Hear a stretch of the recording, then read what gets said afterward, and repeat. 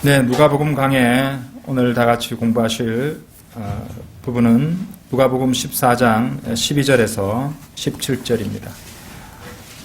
누가복음 14장 12절에서 17절까지입니다. 예, 다 찾으신 줄 알고 제가 받들어 읽겠습니다. 누가복음 14장 12절에서 17절.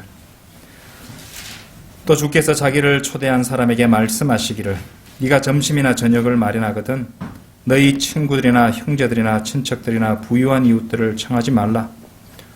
혹 그들도 너를 다시 청하여 네게 갚음이 될까 함이라. 잔치를 베풀려거든 가난한 자들과 불구자들과 전원자들과 소경들을 부르라. 그러면 네가 복을 받으리니 이는 그들에게는 네게 갚아줄 것이 없으므로 의인들의 부활 때에 네게 갚게 될 것임이라 하시니라. 주와 함께 앉아 식사하는 사람들 중에 하나가 이 말을 듣고 주께 말씀드리기를 하나님의 나라에서 빵을 먹는 사람은 복이 있나이다 라고 하더라.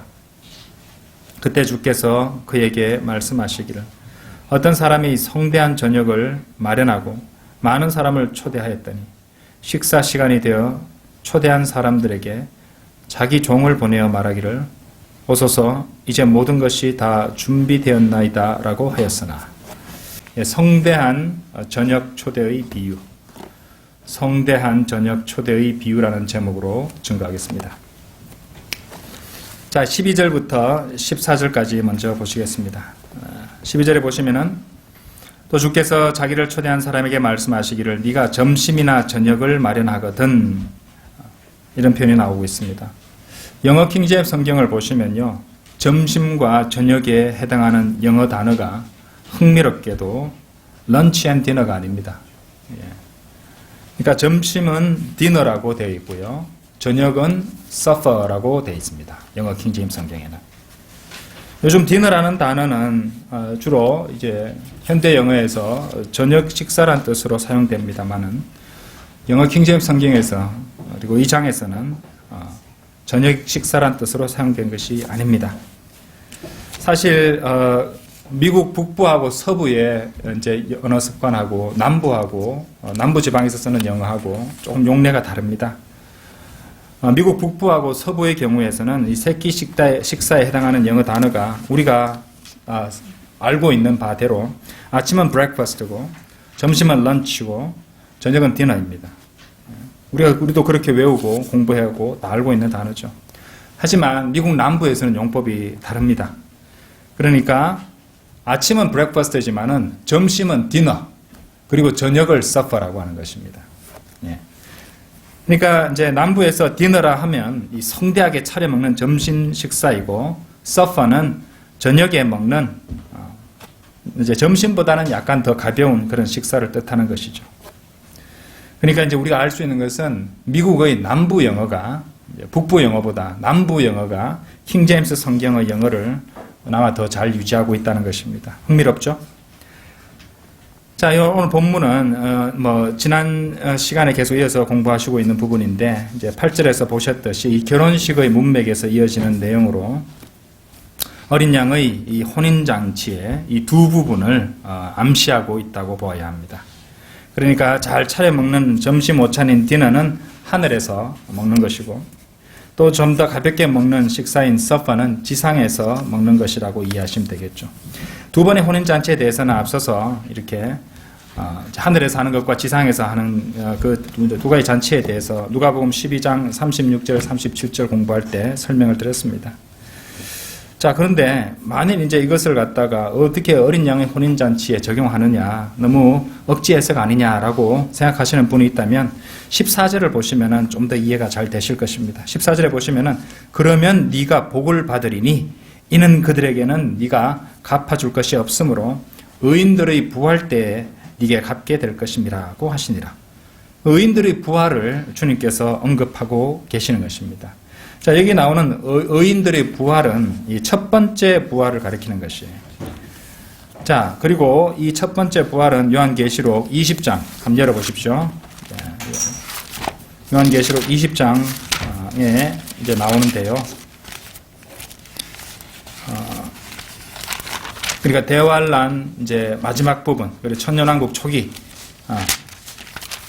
초입 부분, 그 시기에 일어나는 것이에요. 4절, 5절 보십시오. 4절.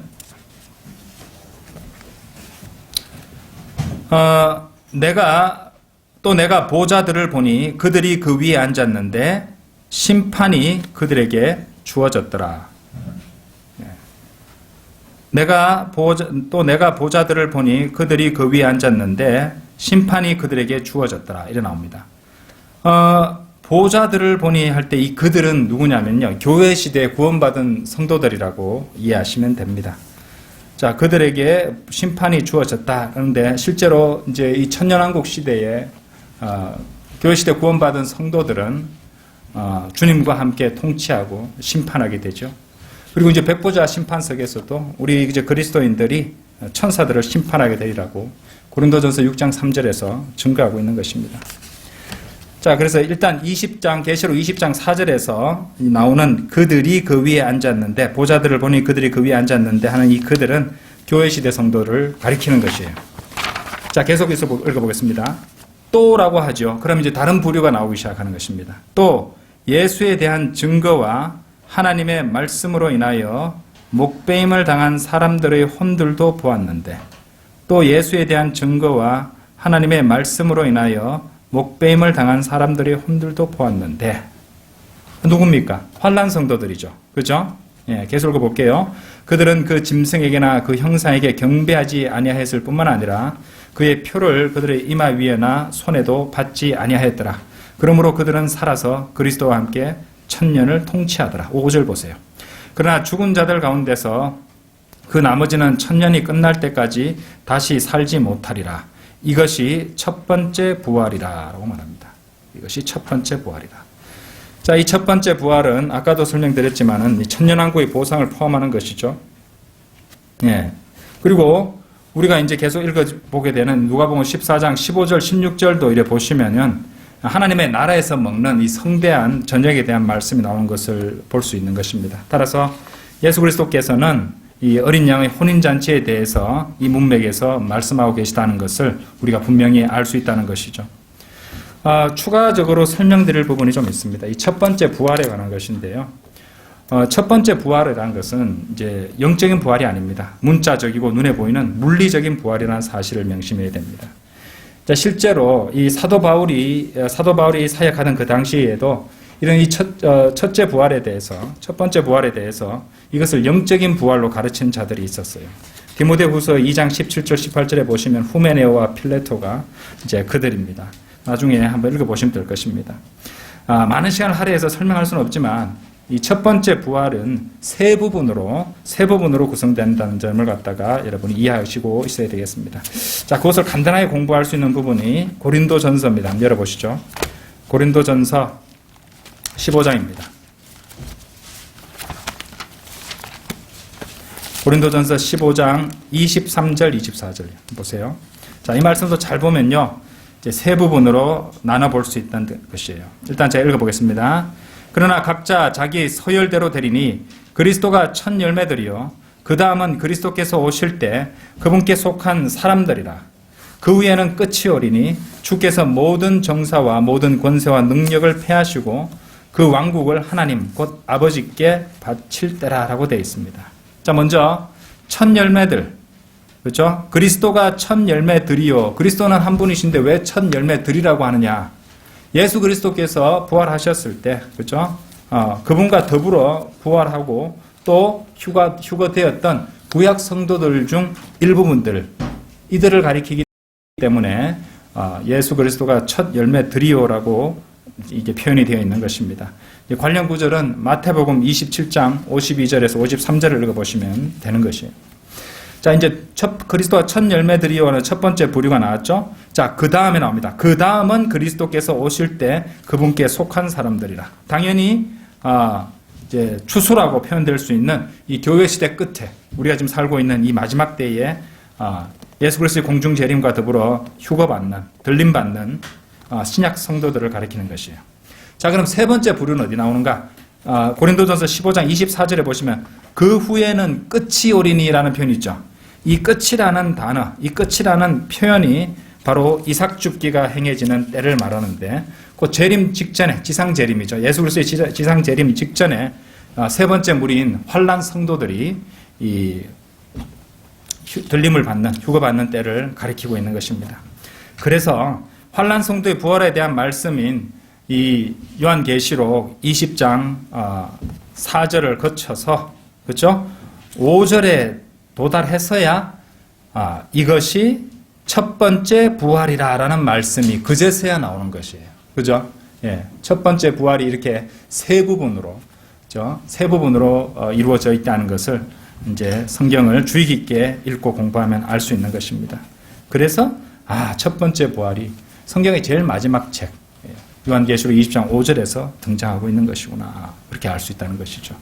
문맥으로 이제 대환란 문맥인데 실제로 아까 20장 4절에서 보셨듯이 보좌에 앉아 있는 교회 시대 신약 성도들도 같이 등장하고 있는 그런 문맥은 이제 바로 요한계시록 20장 4절 5절인 것입니다. 자, 그렇게 되면은 이제 그 정도로 공부하시면 이 첫 번째 부활에 대해서 우리 옛날에 한번 다 공부하셨는데 간단히 복습을 해봤습니다.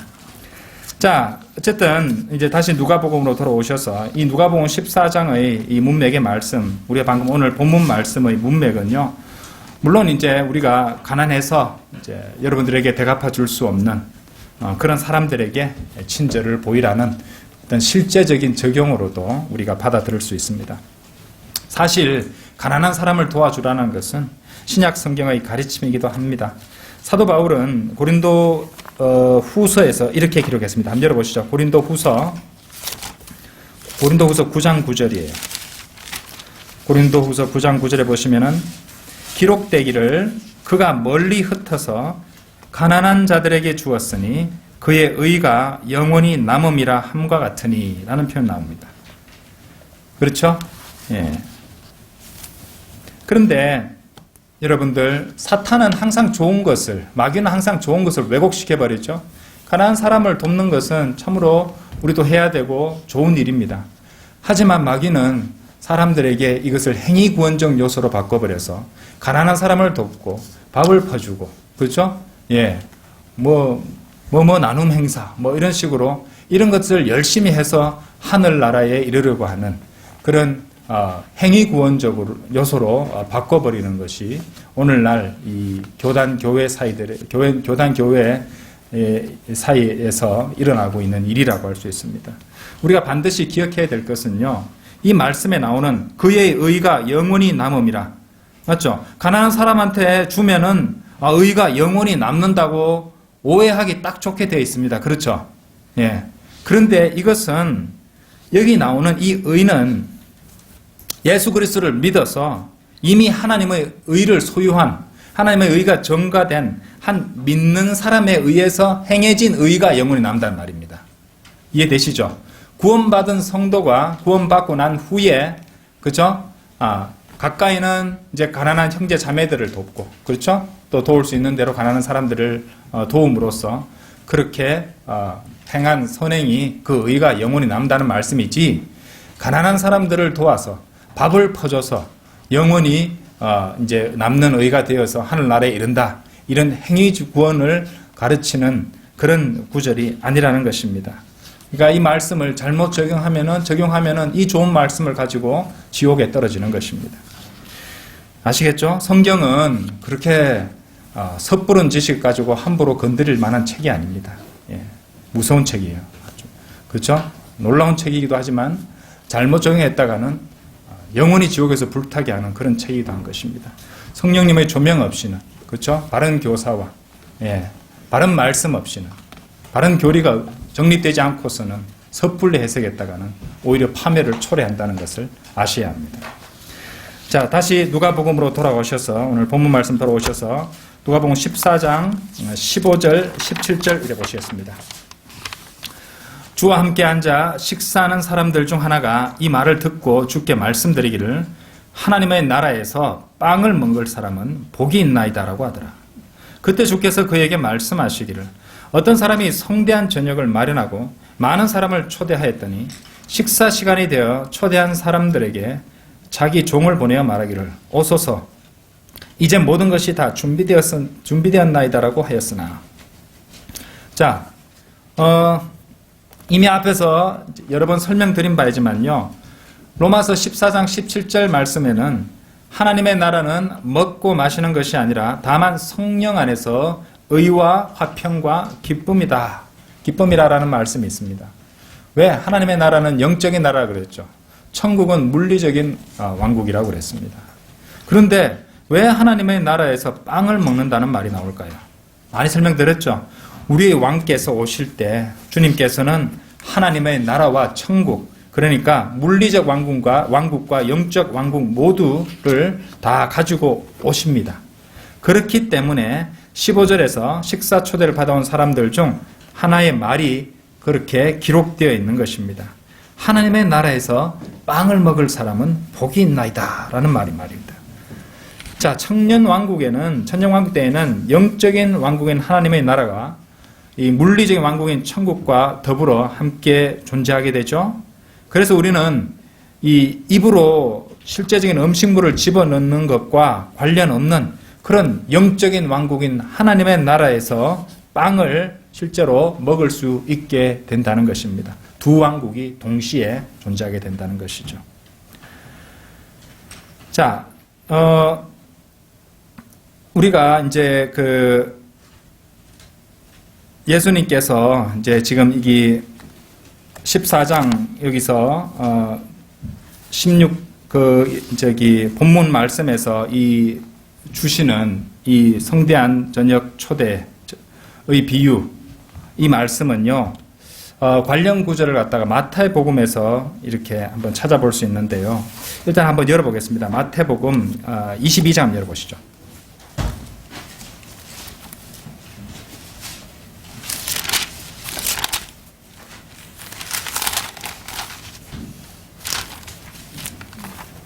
마태복음 22장 조금 길지만은 제가 1절부터 쭉 한번 읽어보겠습니다. 1절부터 14절까지 한번 보겠습니다. 자, 또 예수께서 대답하여 그들에게 다시 비유로 일러 말씀하시기를 천국은 마치 자기 아들을 혼인시킨 어떤 왕과 같으니 왕이 혼인잔치에 초대받은 사람들을 불러오라고 자기 종들을 보냈으나 그 사람들은 오려고 하지 아니하였느니라. 다시 그가 다른 종들을 보내면서 말하기를 초대받은 자들에게 말하라. 보라, 내가 만찬을 준비하였고 내 소와 살진 짐승을 잡았으며 또 모든 것이 준비되었으니 혼인식에 오라 하라고 일렀느니라. 그러나 그들은 개의치 아니하고 어떤 사람은 자기 밭으로 또 어떤 사람은 장사하러 갔으며 남은 자들은 그 종들을 붙잡아 모욕을 주고 죽였느니라. 왕이 이 말을 듣고 분노하여 자기 군대를 보내어 그 살인자들을 죽이고 그들의 성읍을 불살라 버렸느니라. 그리고 나서 자기 종들에게 말하기를 혼인잔치는 마련되었으나 초대받은 사람들은 합당치 않도다. 그러므로 너희는 대로로 나가서 사람들을 만나는 대로 전부 혼인식에 청해오라고 하였더니 종들이 대로에 나가서 악하거나 선하거나 만나는 대로 다 불러오니 그 혼인잔치가 손님들로 가득 찼느니라. 왕이 손님들을 보러 들어가서 거기에 예복을 입지 않은 한 사람을 보고 그에게 말하기를 친구여 그대는 어찌하여 예복도 입지 않고 여기에 들어왔는가라고 하니 그가 아무 말도 없었느니라. 그러자 왕이 종들에게 말하기를 그 사람의 손과 발을 묶어서 데리고 나가 바깥 흑암에 내어 던지라. 거기서 울며 이를 갈고 있으리라고 했느니라. 부름을 받은 사람들은 많아도 택함을 받은 사람들은 적으니라고 하시니라. 예, 좀 길지만 제가 다 읽어보셨습니다. 근데 여기 한번 보세요. 8절을 다시 한번 보세요. 그리고 나서 자기 종들에게 말하기를 혼인잔치는 마련되었으나 초대받은 사람들은 합당치 않도다. 이 말씀에서 우리가 확인할 수 있듯이 자, 이 문맥은 혼인잔치에 관한 것이죠. 그런데 여기서 우리가 주목해야 될 사실이 있어요. 우리가 이제 마태복음 이 1장 22장 1절부터 이제 14절 이 부분과 이제 누가복음 14장 16절에서 24절 이 두 부분이 서로 관련된 구절은 맞는데 그 둘 사이에 두드러진 차이점이 있다는 것입니다. 그러니까 오늘 공부하시고 계시는 이 문맥인 누가복음 14장에서는 혼인식 또는 혼인이라는 단어들이 전혀 등장하지 않고 있습니다. 예. 그래도 우리는 아까도 제가 이제 서두에 설명도 드렸듯이 이 누가복음 14장의 이 문맥을 어린 양의 혼인잔치에 대해서 우리가 예언적인 적용으로 얼마든지 할 수 있다고 전혀 의심할 바 없이 적용할 수 있다고 설명을 드렸습니다. 그런데 어째서 주님께서는 누가복음 이 14장 16절에서 24절에서 이 비유에서 성대한 저녁잔치의 이 초대에 대한 이 비유에서 왜 혼인식 또는 혼인이란 단어를 의도적으로 사용하지 않으셨을까요? 의도적으로 그것을 빼놓으셨을까요? 예, 다른 적용을 허용할 수 있도록 그 여지를 열어두시기 위해서 주님께서는, 성령님께서는 그렇게 의도적으로 그렇게 하셨다는 것입니다. 우리는 그 점에 주목해야 됩니다. 바로 이 성대한 저녁 잔치의 초대, 이것은 곧 우리는 다른 적용으로서 성대한 저녁 초대의 비유는 꼭 복음으로의 초대, 이것에 우리가 적용할 수 있기 때문입니다. 그렇게 할 수 있다는 것이죠. 자, 다 같이 이사야서 55장 한번 열어보십시오. 초대장에 나와요. 이사야서 55장.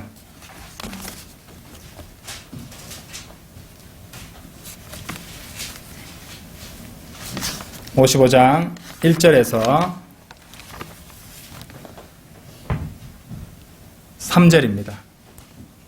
아, 너희 목마른 자들은 누구든지 물들로 나아오라. 돈 없는 자도 오라. 너희는 와서 사 먹으라. 정령 와서 돈 없이 값 없이 포도주와 젖을 사라.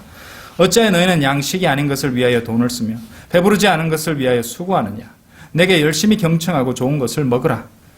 그리하여 너희 혼이 풍요함 속에서 스스로 기뻐하게 하라. 너희 귀를 기울이고 내게 와서 들으라. 그리하면 너희 혼이 살리라. 또 내가 너희와 영원한 언약을 맺으리니 곧 다윗의 확실한 자비니라. 그렇죠? 신약 구원은 성경에서 하나님의 값없는 선물로 언급되죠. 다 같이 로마서 5장 18절도 한번 열어보십시오. 다 연결되고 있습니다. 로마서 5장 18절.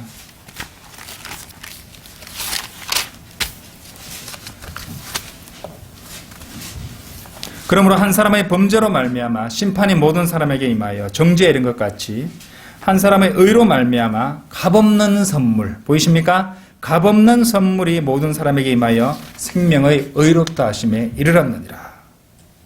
그렇죠? 예.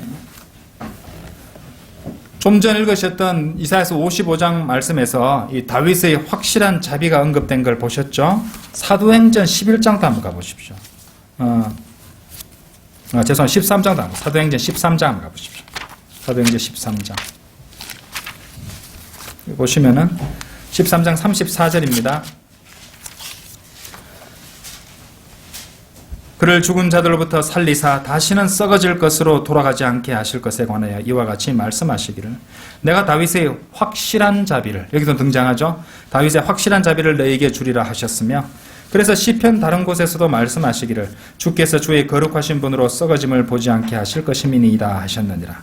다윗은 그의 당대에 하나님의 뜻에 따라 섬기다가 잠들어 그의 조상 곁에 묻혀 썩어짐을 보았으나 하나님께서 다시 살리신 그는 썩어짐을 보지 않았느니라. 그러므로 형제들아, 너희가 알 것은 이분을 통하여 너희에게 죄들의 사함이 선포되었으며 너희가 모세의 율법으로는 의롭게 되지 못하였던 그 모든 일에 있어서도 믿는 자는 모두 그분을 통하여 의롭게 된다는 것이니라.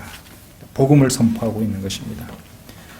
이처럼 오늘 설교의 제목대로 누가복음에 나오는 이 성대한 저녁 초대의 비유는요, 신약의 복음에도 적용할 수 있습니다.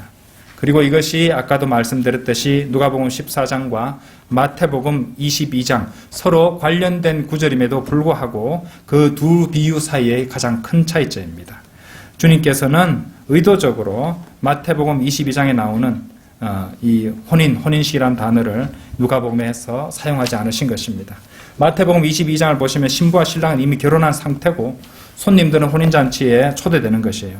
하지만 누가복음 14장에서 손님들은 17절 말씀처럼 신부, 신랑, 혼인식에 대한 어떠한 언급도 없이 성대한 저녁에 초대되는 것입니다. 이 성대한 저녁에 이제 왜 주님께서 그렇게 말씀을 기록되게 하셨는가? 이 비유가 복음으로의 초대에 적용될 수 있도록 그렇게 이해할 수 있도록 의도적으로 그렇게 하셨다는 것입니다.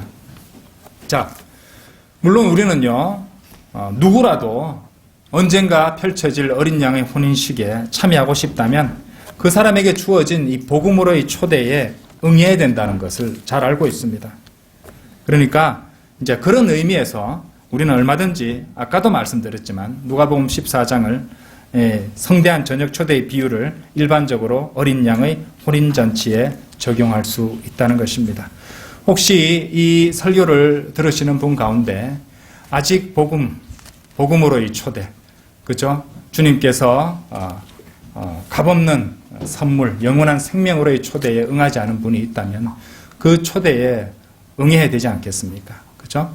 사람은 모두 태어날 때 이미 죄성을 갖고 영이 죽은 채로 태어납니다.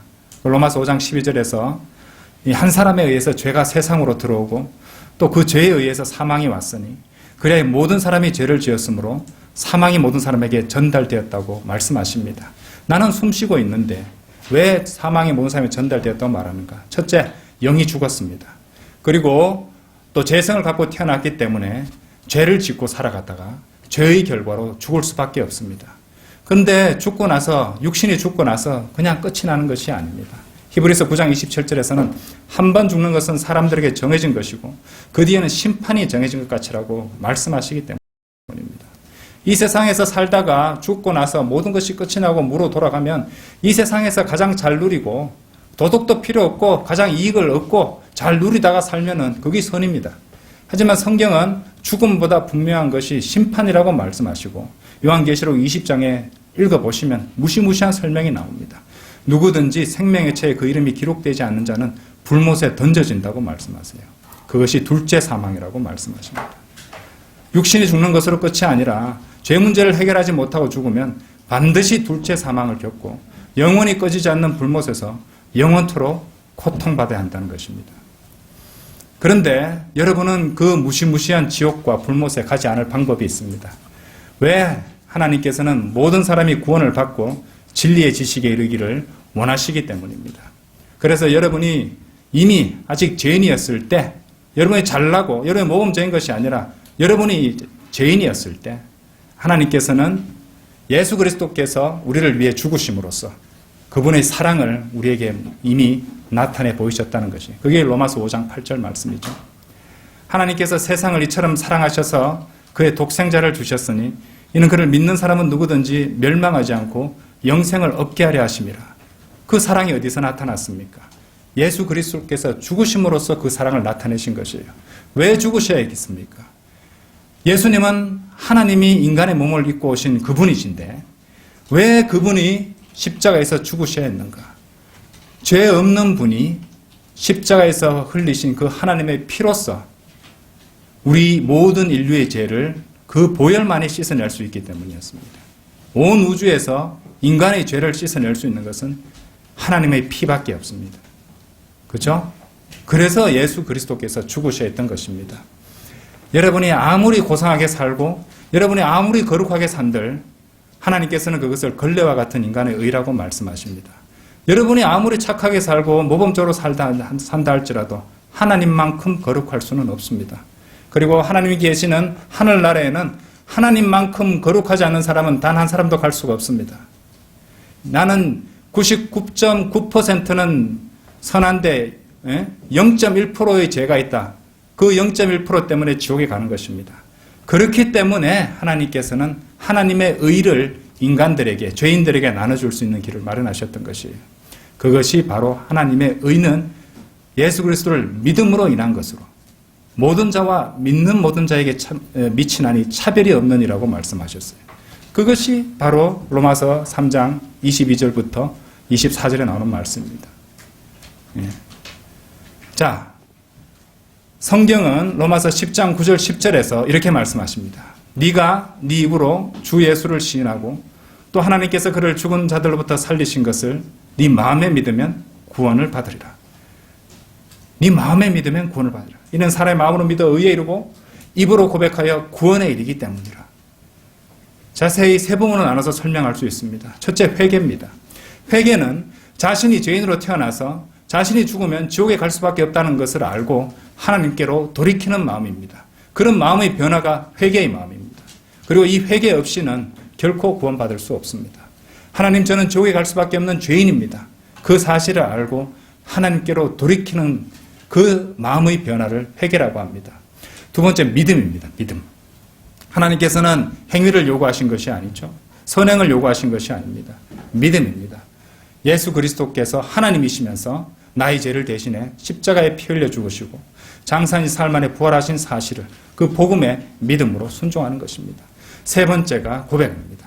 자신의 믿음을 하나님께 공개적으로 입으로 고백해서 구원이 완료되는 것입니다. 이 세 가지가 따로따로 떼어진 것이 아니라 자연스럽게 연결되어 있는 것입니다. 자, 만일 구원받으시기 원한다면 저를 따라서 이렇게 기도하시면 됩니다. 먼저 아셔야 될 것은 이 기도를 했다는 자체의 신뢰, 이 영접 기도를 했다는 그 사실을 의지해서 구원받는 것이 아닙니다. 예수 그리스도께서 십자가에서 흘리신 그 보혈을 믿는, 예수 그리스도의 십자가에서 해주신 그 일을, 그 공로를 믿는 믿음만으로 구원받는 것이지, 영접 기도를 했는 그것에 의지해서 구원받는 것이 아닙니다. 그것도 행위 구원인 것이에요. 마음으로 믿는 것입니다. 예수 그리스도의 보혈만을 신뢰해서 구원받고자 하는 것입니다. 예수도 믿고 행위도 믿고 예수도 믿고 종교의식도 믿고 예수도 믿고 또 뭐 다른 것을 덧붙이고 그렇게 해서 구원받는 것이 아닙니다. 100% 주님께서 예수 그리스도께서 십자가에서 흘리신 그 보혈을 그것만을 믿는 믿음으로 구원받는 것입니다. 구원받기를 원하신다면 지금 이렇게 기도하십시오. 눈을 감으시고 제가 기도하는 대로 따라하시면 됩니다. 위대하신 하나님, 저는 죄인으로 태어났습니다. 수없이 많은 죄를 지었고 지옥에 갈 수밖에 없습니다. 하지만 저는 오늘 예수 그리스도께서 하나님이시면서 저를 대신해 십자가에 피 흘려 죽으시고 성경대로 장사한 지 사흘 만에 부활하신 사실을 알고 믿습니다. 이제 예수 그리스도를 저의 구주로 영접하오니 제 안에 오셔서 저희 주님이 되어주시고 저희 모든 죄를 제거해 주십시오. 저를 구원해 주셔서 감사합니다. 아멘. 참으로 짧은 기도죠? 간단한 기도입니다. 믿음으로 말미암아 은혜로 구원받는 것이기 때문입니다. 예, 다 같이 기도드리겠습니다.